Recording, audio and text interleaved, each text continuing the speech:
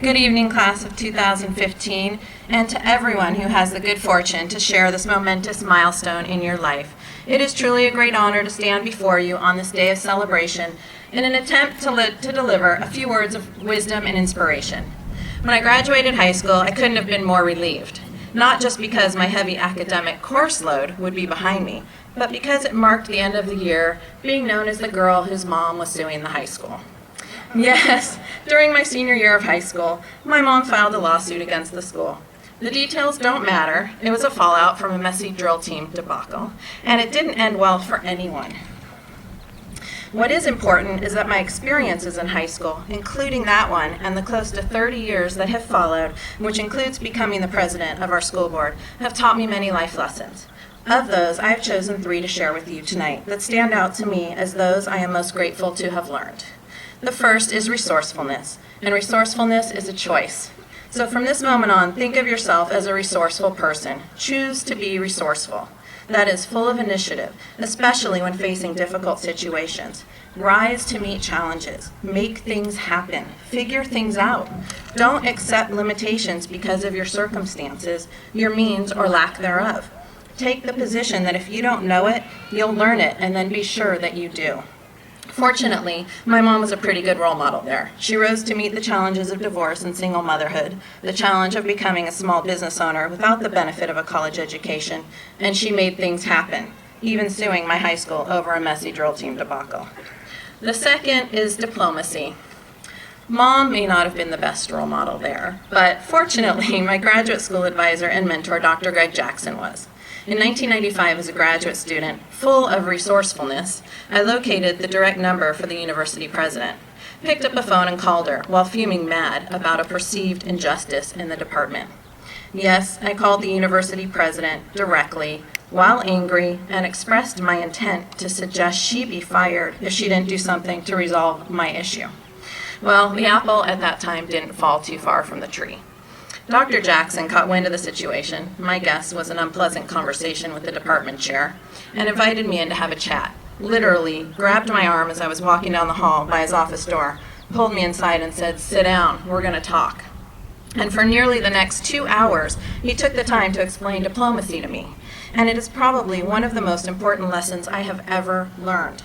Diplomacy is skillfully managing negotiations and handling people and charged situations in a way that leaves little or no ill will. In other words, tact. My mom took my high school to court, and I direct dialed the university president.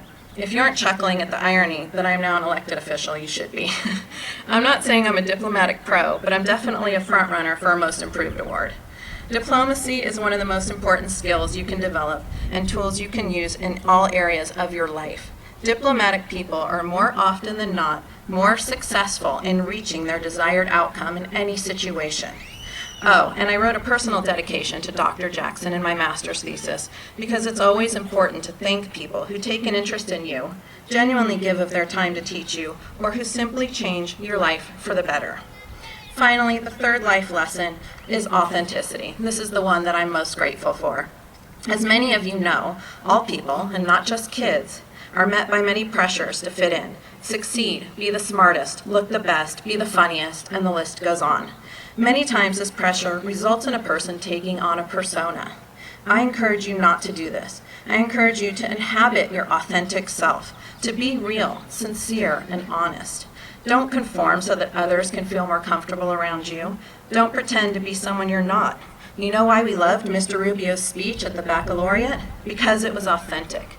Mr. Rubio embodies what I'm trying to share with you. He is not defined by his job, function, or role, but by his willingness to share who he is at his absolute core, regardless of who you are. If you can be authentic as often as possible and express who you are and not who you think you should be, you'll be happier and clearly more revered. It won't always be easy, but it will enrich your life and those lucky enough to know you. And as Mr. Rubio said, not everyone will like you, but wouldn't you rather be liked by people who like you for who you really are? I know I would. In closing, I'd like to channel a little David Letterman and share some small sound bites of wisdom, which might sound a tiny bit like unsolicited advice, with some wisdom sprinkled throughout. There are top 10 things I want to share with you. I'm calling it the top 10 things your parents want you to know. And I can say that because I actually spoke with some of your parents. Number 10, your parents will worry about you until the day they die. You will never completely understand this until you have kids of your own.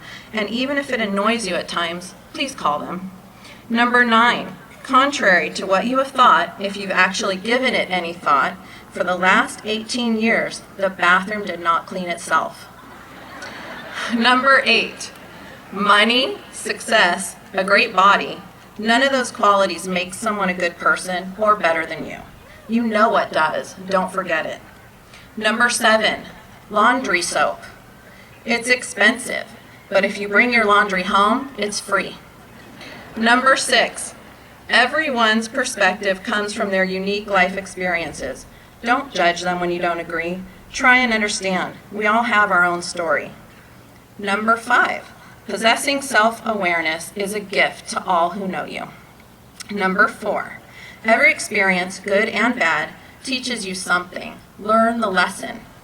Number 3, Top Ramen and Pop-Tarts have an age restriction, so enjoy them now before you're too old.